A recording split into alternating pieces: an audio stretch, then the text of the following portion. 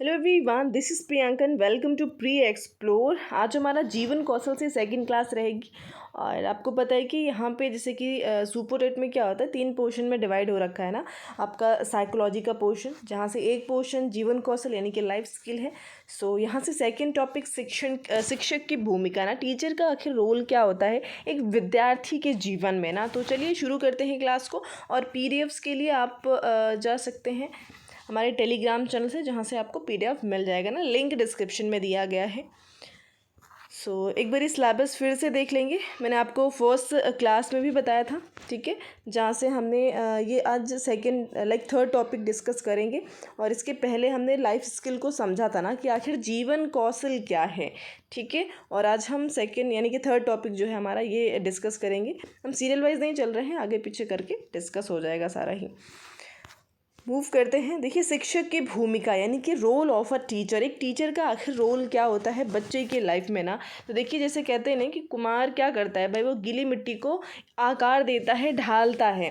तो एकदम वैसा ही कुछ टीचर और विद्यार्थी का भी रिलेशन होता है, ठीक है। अगर हम बच्चे का और अध्यापक का रिलेशन देखते हैं तो एकदम वैसा ही होता है, जहाँ पे बच्चा एक गीली मिट्टी की तरीके से है और टीचर जिस भी शेप में चाहे उसको ढाल सकता है।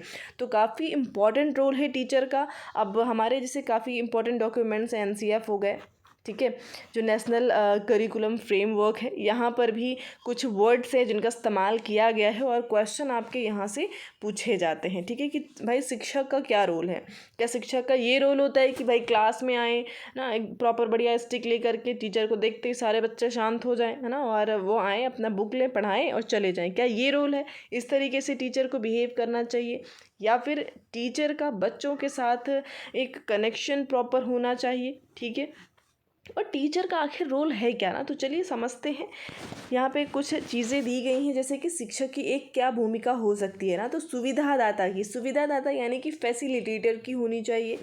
मार्गदर्शक होता है टीचर, यानी कि गाइड करता है बच्चों को। परामर्शदाता भी होता है ना, गाइड करने के साथ साथ वो बच्चों को परामर्श भी देता है। नेतृत्व करता होता है ना, एक लीडर की तरीके से भी अपनी क्लास को हैंडल करता है। अनुश्रवण करता क्या होता है, तो ऑब्जर्वेंट भी होता है ना। भाई देखिए, पूरे साल टीचर ऑब्जर्व करता है कि कौन सा बच्चा क्या कर रहा है, किस तरीके से वो अपना परफॉर्मेंस दे रहा है और चीज़ें हैं। तो खैर 1 बाय 1 इन्हें हम समझते हैं कि फैसिलिटेटर क्या है।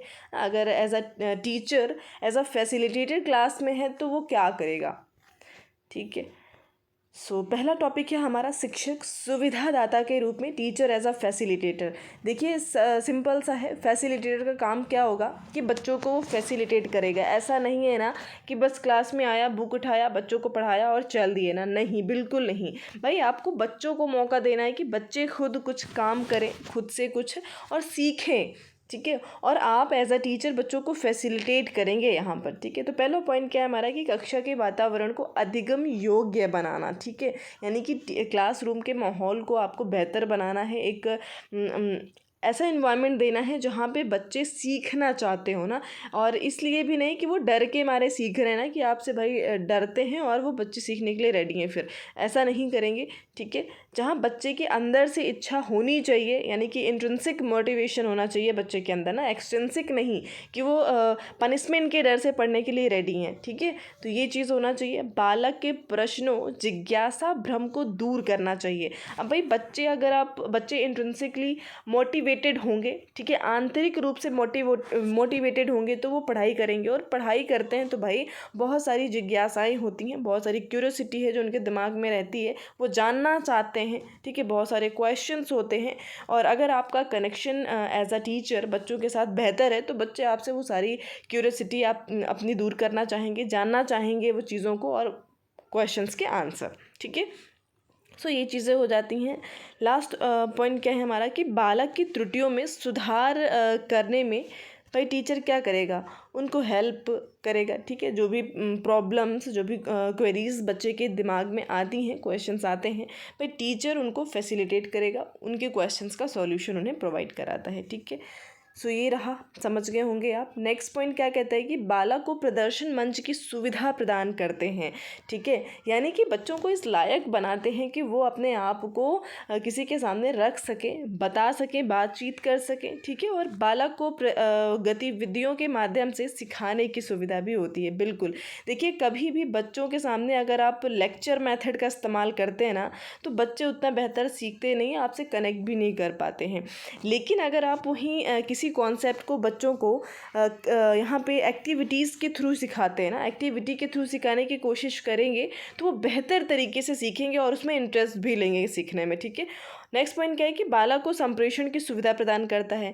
भाई बच्चा है, बच्चे के अंदर शुरुआत से ही धीरे धीरे आप एक कम्युनिकेशन वाला जो व्यू से भी आप उसका विकास करना शुरू करते हैं ना। भाई कम्युनिकेशन डेवलप कैसे होगा? अगर बच्चा है, आपने क्या क्या क्लास में किसी तरीके की डिबेट रख दी आपस में ही बच्चों का, है ना, तो वो डिबेट करते हैं एक दूसरे से, तो उनका माइंड भी डेवलप होगा, वो सोच भी सकते हैं ना। और साथ में उनके कम्युनिकेशन, बातचीत करने का, संप्रेषण की एक जो गुण होता है ना, वो भी बच्चों में आ जाएगा, ठीक है। देखिए नेक्स्ट पॉइंट यही है कि बालकों को समूह वार्तालाप की सुविधा भी प्रदान करना चाहिए। यानी कि ग्रुप में प्रॉपर बातचीत करें, एक दूसरे के थॉट्स को एक्सचेंज करें, सुने, बातचीत करें एक दूसरे से, तो उन्हें फिर एक बेहतर विकास होता है। इससे बच्चों में क्या होता है भाई, जब वो एक ग्रुप में बात करते हैं तो कई सारी चीज़ें सीखते हैं। पहला तो उनमें एक हेल्पिंग नेचर आता है, ठीक है। दूसरा है बच्चे एक दूसरे से बात करेंगे तो लाइक उनमें हेल्पिंग नेचर आ गया, एक कम्युनिकेशन व्यू से वो बेहतर हो रहे हैं। साथ में बहुत सारी चीज़ें हैं, एक सोशलाइजेशन भी होता है उनका ना। भाई सोशल में आसपास के लोगों के साथ हमें कैसे बिहेव करना चाहिए ना, ठीक है। उनका सामाजिकरण भी हो रहा होता है, सोशलाइजेशन भी, क्योंकि भाई सोशलाइजेशन क्या है, स्कूल भी सोशलाइजेशन का एक अच्छा पार्ट होता है, ठीक है। मूव करते हैं नेक्स्ट पॉइंट पे, सेकंड पे आते हैं। शिक्षक जो है एक मार्गदर्शक के रूप में भी होता है, गाइडेंस भी बच्चों को प्रोवाइड करता है टीचर। अब जैसे किस तरीके की गाइडेंस वो प्रोवाइड करेगा, तो भाई बच्चे हैं छोटे छोटे और उन्हें उनका पथ प्रदर्शक बन करके उन्हें एक रास्ता दिखाएगा प्रॉपर कि भाई आप इस वे में काम करिए। जो छोटे बच्चे होते हैं उन्हें गाइडेंस की ज़रूरत होती है ना, कि किस तरीके से वो पढ़ाई करें, किस तरीके से बेहतर पढ़ाई करना शुरू करें कि वो आगे अच्छे मार्क्स स्कोर कर सके, क्लास में बेहतर प्रदर्शन कर सके, ठीक है। बालक को लक्ष्य को प्राप्त करने में भी सलाह देने वाला टीचर ही होता है। मार्गदर्शक कौन होता है भाई? हमारा टीचर होता है एज अ गाइड। और विषय वस्तु यानी कि जो सब्जेक्ट में भी जो भी कठिनाइयाँ होती हैं उनको भी ओवरकम करने का कौन करेगा भाई? गाइड, तो वो टीचर ही होता है, ठीक है। तो एक तरीके से गाइडेंस का काम भी हमारे टीचर ही हमारे लिए करते हैं, ठीक है। नेक्स्ट पॉइंट है परामर्शदाता के रूप में ना, एक काउंसलर भी होता है हमारा टीचर। देखिए काउंसलर मतलब मार्गदर्शक वो होता है ना एक तरीके से, सॉरी परामर्शदाता क्या होता है, जैसे कि आप बीमार हैं, तो बीमार होते हैं तो कहाँ जाएंगे? डॉक्टर के पास जाएंगे, ठीक है भाई। कहाँ जाएंगे? डॉक्टर के पास। तो वो आपको प्रॉपर एक परामर्श देता है कि भाई आप ये मेडिसिन्स लीजिए, इस तरीके से काम करिए तो आप बेहतर हो जाएंगे।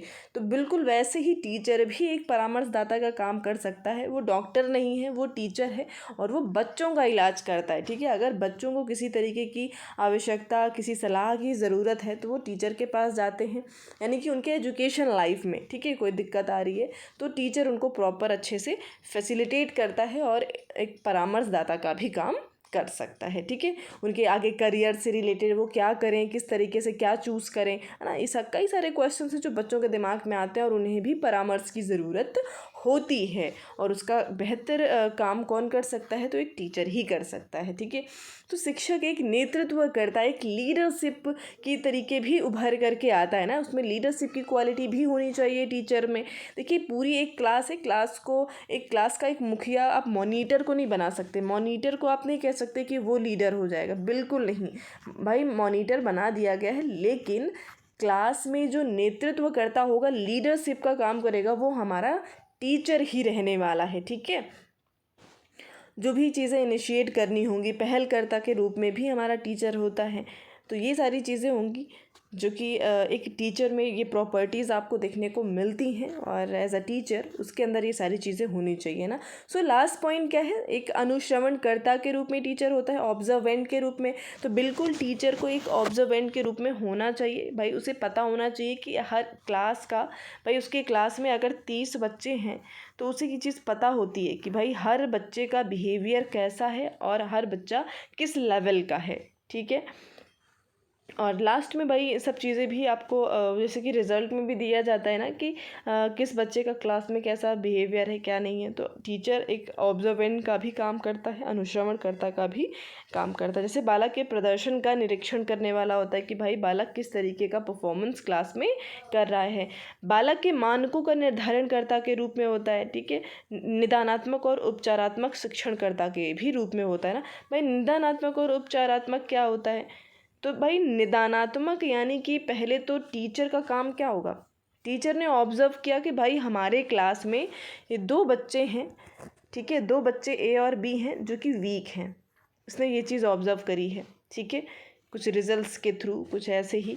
और अभी उसने क्या किया, बच्चे का निदान करना चाहता है, वो जानना चाहता है कि आखिर बच्चे की दिक्कत कहाँ पे आ रही है ना, बच्चे को आखिर प्रॉब्लम कहाँ पे आ रही है।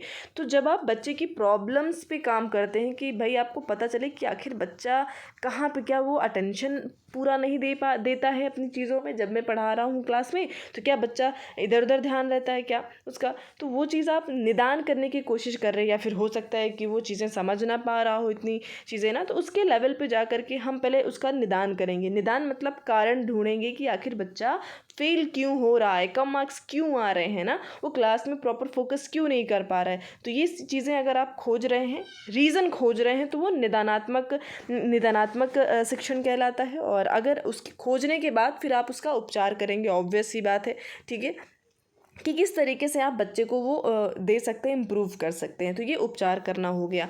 तो ये चीज़ें होती हैं निदान यानी कि कारण का पता लगाना, और उपचार यानी कि कारण का पता लगाने के बाद उस चीज़ को फुलफिल करना, फैसिलिटेट करना, ठीक है। तो एक टीचर निदानात्मक, उपचारात्मक ये सारे काम भी करेगा। सो यहाँ पे हमारी क्लास, सेकंड क्लास ख़त्म होती है। यानी कि शिक्षक का रोल भी हमने जान लिया कि टीचर कौन कौन से रोल यहाँ पे परफॉर्म करता है। और एनसीएफ में भी आपके फैसिलिटेटर शब्द इन सभी का इस्तेमाल किया गया है। तो काफ़ी इंपॉर्टेंट टॉपिक है, आज के लिए इतना ही रखते हैं। और अगर आप फर्स्ट टाइम क्लास में हैं तो चैनल को लाइक शेयर सब्सक्राइब करना बिल्कुल नहीं भूलेंगे, ठीक है। भाई देखिए, आपका एक शेयर मेरे लिए मोटिवेशन का काम करता है, ठीक है। अगर आप शेयर करते हैं, लाइक करते हैं, तो बिल्कुल मैं अच्छे से अच्छा बेहतर काम करने की कोशिश करूँगी ताकि आपको अच्छा कंटेंट प्रोवाइड करा सकूँ, ठीक है। जल्दी ही हम इग्नू और NIOS की बुक्स को भी अपना कवर करना शुरू करेंगे, क्योंकि देखिए अभी क्या है हमारे पास, हम जितना सिलेबस चाहें, क्योंकि सिलेबस भी आपका सुपोर्टेड पे चेंज होगा, ठीक है। ज़रूरी नहीं है कि जो अभी चल रहा है पैटर्न वही हो ना, पर कुछ ऐसे सब्जेक्ट हैं जो मतलब चेंज भी होने के बाद वो कहीं ना कहीं आपको देखने को मिल ही जाएंगे, ठीक है। तो उनको इस तरीके से हम प्रिपेयर करेंगे ताकि हमारा चीज़ें ख़राब भी ना हो और अभी जो भी पढ़ रहे हैं वो यूज़ टू हो हमारे लिए, ठीक है। Thank you everyone.